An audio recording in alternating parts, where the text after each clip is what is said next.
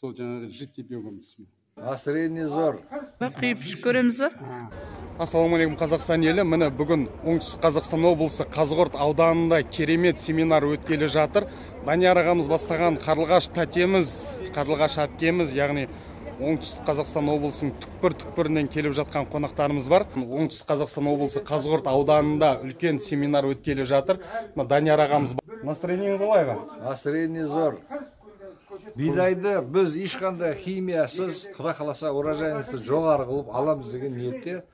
Қазір күз ғой енді, осыны пайдаланып қалайық деп отырмыз. Ол міне ағайындар, міне келесі сұрақ жауаптарды ішке барып жалғастырсақ көпшілікпен бірге.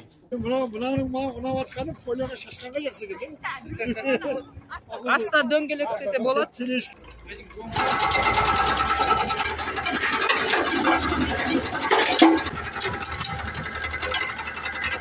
Міне ассалаумағалейкум қазақ елі, міне Сман ағамыздың міне керемет дүниелерімен таныс боламыз. Қазір көпшілікпен бірге танысатын боламыз. Сман аға, настроениеңіз қалай? Жақсы. Қалай жеттіңіз Қазығұртқа? Жақсы. Сіздің дүниеңізді көріп қуанып отырмыз. Рахмет. Мына бір қазақ елінде, мына біздің Қазақстанның 5-3 бөлігі, жеріміздің бәрі мынау пустыня, 5-2 бөлігі жаңағы не ғой? Багарный жер, суы тапшы жер.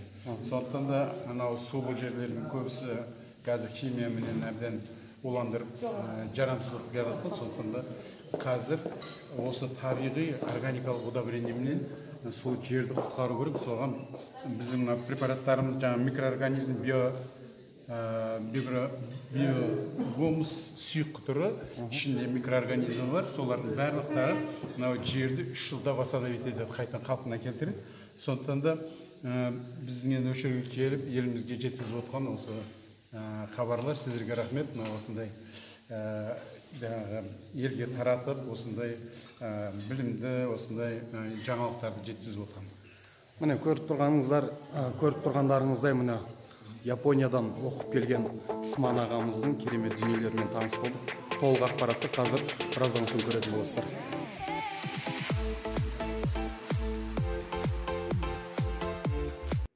Табиғатты қолдан үйсіп құртып жатырмыз. Удобрениенің жартысын жерінің түбі жеп кетеді. Олар сенің жеріңе келіп, Құнарлы жерлерге апарып, біз ана бүйтіп қопсытатындай, ондай техника бізге тура келмейді şu уақытта. Дұрыс па, сендер дихасыздар ғой сөйлесіңдер. Тура ғой, бізде жер қатып қалған ғой. Жердің құнарлығы көп болса 5 сантиметр бар. Олар российский жеріне расчеттап айтып отыр ғой. Оларыкі 15-20 сантиметрге. Оны бақытты слой деп айтамыз. Оны жерінде жұртқан білен оларға пайдасы жоқ. Біздер енді жұртпасақ, ауалантырмасақ, біздікі неден алады? Құяштан алады ғой энергия. Соның үшін бәр жерде құяш тигені күннен не болу керек. Біздер жеріне еш болмағанда 15 сантиметр, 20 сантиметр жұртуымыз керек, жұртпасақ болмайды. Табиғат тура келмейді бізге. Оңтүстіктің климаты табиғатымыз дұрыс келмейді. Себебі жазың күн өздеріңіз көріп бастап 58 градусқа шейін ыстық болды. Саламатсыз ба? Келе беріңіз. Олардікі суармалы жер емес, біздердікі суармалы жер. Жарты нені бағанағы удобрениенің жартысын жерінің түбі жеп кетеді. Жерге сіңіп кетеді ғой. Мен сәт қошқырсам болады ма? Мен барға сіздерге идеальный условия деген болады ғой. Болашақта біздің жердің бетінде 5 сантиметр, 15 сантиметр бар ғой, жаңағы қара топырақ болу керек деп бар ғой. Мен идеальный условияны айттым. Ал біздің қазіргі условияда бар ғой, қазіргі условия. 20 ғасырдан бері қарай басынан бері күніге 40 сантиметр қазып жатыр да, әр жыл сайын. Сөйтіп жердің бар ғой, әбден миын ашытып, ішіндегі бактериялардың бәрін өлтіріп, сондықтан бар ғой, қазіргі кезеңде не көп, көң көп. Мысалы да көң. Сол мынау М бактерияменен жидкий биогумусты бар ғой пайдаланып, қазіргі кезде мына біз М бактерияны береміз, көңді бар ғой обработка жасайсыздар, дайын удобрение істеп аласыздар да. Сөйтіңізде бар ғой көң не көп, тастай беріңіздер ана жерлеріңізге де. Сол кезде бар ғой уже қара топырақ көбейе бастайды. Оған дейін бар ғой мынау не дейді? Ақыры биыл қазбасақ ештеңе болмайды деген әңгімеге мен бар ғой сіздердің бар ғой анау қазіргі кезеңдегі условияның дәл сондай екенін мен де білемін. Оны бар ғой мен отрицать етіп тұрған жоқпын. А бірақ бір болашақта деймін отырмын да, болашақта да болады. Сонда болу керек деп. Сөздің түйіні бар ғой, ол бір нәрсеге бір-бірімізге тартылып қалмай ақ қояйық та, себебі біз бұл келешектің сіздің айтқан жоспарыңыз бойынша 10 жыл, 15 жыл, 20 жылдан кейін келуіміз мүмкін да оған.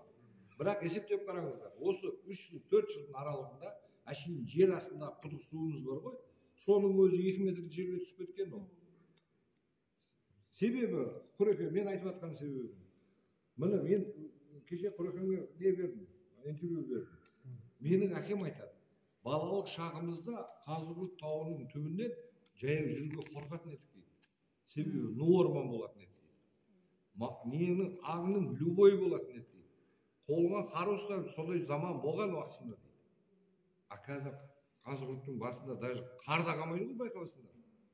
Бірінші шілде күні сен төбесіне қараған, қар да қалмайды. Себебі біз экологияны бар ғой, біз тек қана Қазақстанның ғана құртып жатқан жоқпыз. Жер шар Қазақстанды құртып жатыр. Жер шар осы мәселені алмай жатыр. Çünkü бұл глобальный проблема болып тұрғаны осы. Құдық мына өткенде не жасадық? Біз әр ауылда 300-400 бұлақ болған екен. Мен оны именно сұрадым, әкемден сұрадым. Неге қазір бұлақтар жоқ деп? Айналайын балам-ау дейді. Мынау дейді, ағаш деген бүкіл саулап тұрған ағаш болып, мынау суымен, жердің астыңғы қабатымен тек қана ағаштар ғана тартыла білген. А біздің жаңағы Қасым-Жомарт Тоқаев мысалға да президентіміз енді қазір айтып жатыр, 2 миллиард ағаш егілсін деп. 25-ге дейін. 2 миллиард ағаш. Себебі бұл нәрсені біз сақтап қалу үшін. Өздеріңіз әшейін көріңіздерші. Көке, любой колхоз совхоздан баяғыда кішкентай кезінде өтіп жатсаң, ана снегозадержание деген болатын еді. Естеріңізде ма? Әр лесополоса болатын. Әр гектарлар, 100 гектар, 50 гектар сондайлардың арасында болатын. Оны өзіміз құрттық қой қазір. А енді табиғатты қолдан үйсіп құртып жатырмыз. Бұлақтардың тартылғаны, ағаштардың жоқ болғаны. Біреулер айтады, көксарай дейді. Көксарай мақұл, ол көксарайда шығар, басқа да шығар.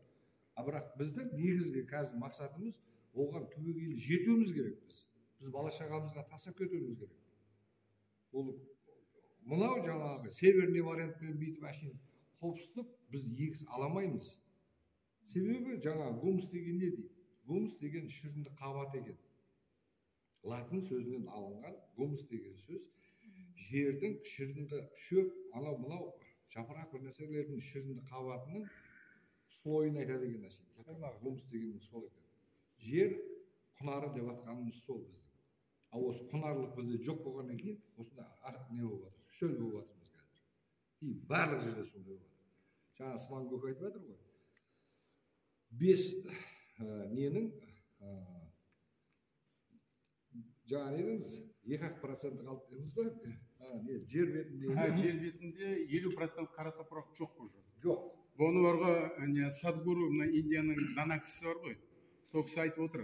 Енді 25 жылдан кейін дейді, қазіргі алып отқан урожайдың жартысын аласыздар дейді. И содан кейін қазіргі бір бананың бар ғой, орнына 9 банан жеу керек, құнары жоқ та.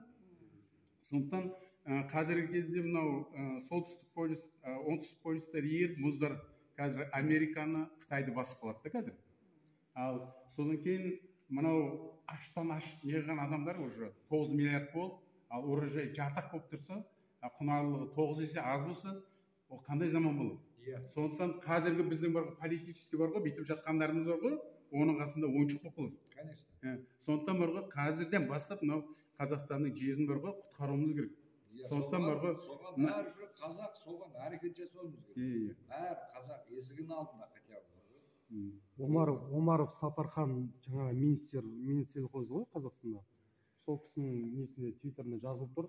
22 миллион 700 мың гектар негізі Қазақстан бойынша егіндікке берілген екен да. Соның 11 миллионы бидайға берілген екен. Сонда бәңгілі айтасыз ғой, Қазақстанда 5-тен 2 бөлігі багарный жер. Багарный жер. Оны су тапшы жер. Оны қайтадан өндіру үшін қанша жыл уақыт керек? Мен бар ғой, багарный жер бар ғой, соған керемет бау егетін бар ғой технология алып келгем. Неде Шымкентте конкурс болып, грант жазып алып келдім. Сол кезде Тұяқбаев келіп тұрып, зам әкемеді ол кезде. Айттым, анау комиссияның бастығына айтты да, мынау ең керекті проект деді. Қазір деді 60 мың гектар жерге бау егіп жатырмыз деді. Соған мынау керек деді. Не себептен? Жаңа ағаштың түбінде 11 грамм бар ғой, салса 26 литр суды ұстап тұрады. Жаңбыр, қар бар ғой, соның суында. Содан кейін мынау біздің удобрениені ананың түбіне құятын болса 5 жылға дейін қурамайды. Типа памперс. Иә, сол багарный жер бар ғой, багарный жер. Соның бәрі бізге бар ғой, жеміс жидек беретін мүмкіндігі бар еді. А сол тұрда да айтты, жарайды деп кеткен. Ол кісі қалай неге Астанаға кетті, алдыда бар ғой. Не болса соны жейтін қойға бар ғой. Сол бізге беретін ақшаны соған бере салды. Сонда бар ғой, ана замминистр келіп күлетті айтады, бұл не робот па дейді мынау.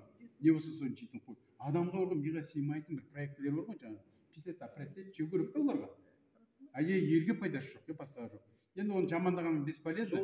25 жылдан кейін қазір урожайдың жартысы ғана болады. Содан кейін ол 9 миллиард болған екен, аштан адамдар бар ғой, тыныш отырмайды ғой. Шамасы келгендерді басып алуға тырысады. Сондықтан бар ғой, қазір біздің мынау бәкеңдерді, мына қарлығаш қарындастарым бар ғой, бір айтқан кезде қуанып кеттім. Негізінде бұл сіздердің жаңа естіп жатырмын.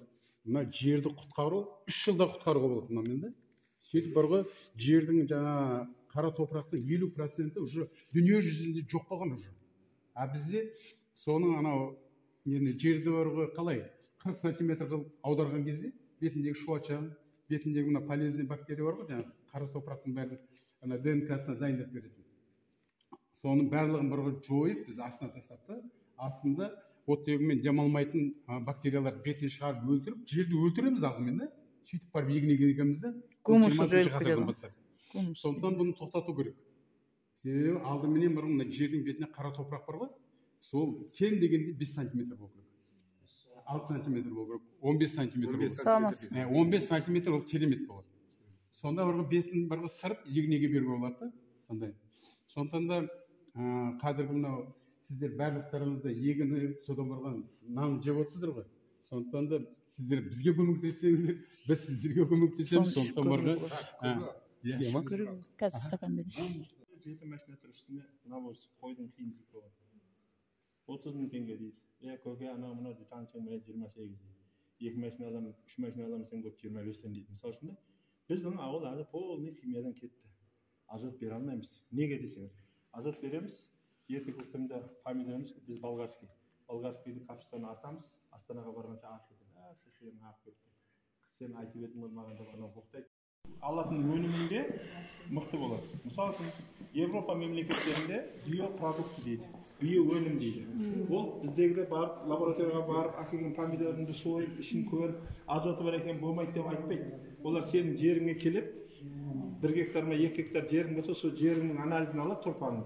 Сөйтеді, сол жердегі жаңағы химикаттардың макро-микро элементтердің жаңағы не дейді, тяжелый металл, солардың бәрін тексеріп көреді. Бәрі мықты болатын болса, сенің мына жеріңе сертификат береді. 1 гектар жеріңе биоөнім деп. Осы сен осы 1 гектар жерде не өндірсең, бәрі биопродукт болып келеді. Оны базарға апарып, базардан апарып анализ қылмайды да.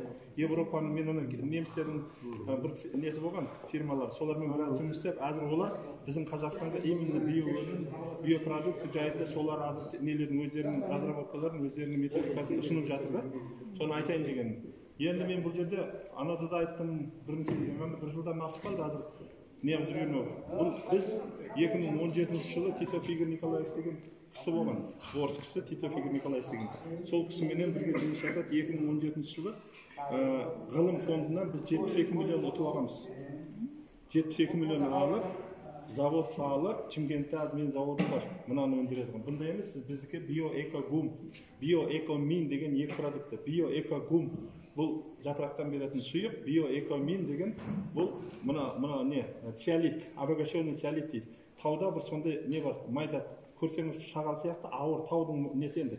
Горный порода дейді ғой, бірақ оның несі, қасиеті өзіне, жаңағыдегі 30 есе өзінің салмағының көп суды сіңіріп алады. Яғни губка, сіз губкаға су құясыз, солар ғой. Сол сияқты біздің мақсатымыз сол биоэко-гумды биоэко-минге беріп, жаңағыдегі айтқан циолитті, обогащенный циолитке ананы құйып, циолит өзіне сорып алады. Оны бір күн барғанда көрсетемін сіздерге, Құда қаласа. 1 литрлік банкіге жаңа циолитті саламыз да, полный қылып. Үстіне 870 мл су құясыз банкіге. Сөйтіп ананы төксеңіз 1 грамм су ағып кетпейді, өйткені сіңіріп алады. Ол мақсаты астматический давление деген бар. Оны түсінетін болсаңыз, ерте көктемде мысалы үшін 10 метр болса да жүзімді қыласыз да суды қылсаңыз, су тамыз тұрады. Иә? Неге? Ол астматический анаяқтан баратын күш бар. Астматический. Бұны астматический давление бұл приток дейді. Азыр міне күзде жапырақтың бары ғой, жапырақтан түсті қақсаң су келмейді. Ол отток дейді, пасқа қарай кетеді. Сол сияқты сорып алатын. Енді тағы да бір көрсететін помидорды алып келесіз, азыр қонақтар келеді, давай дейсіз, салат қойып қоясыз. Тұз салсаңыз 15 минуттан кейін биялый болады, бәрі кетеді. Тұз салмастан помидорды қойып қоясыз.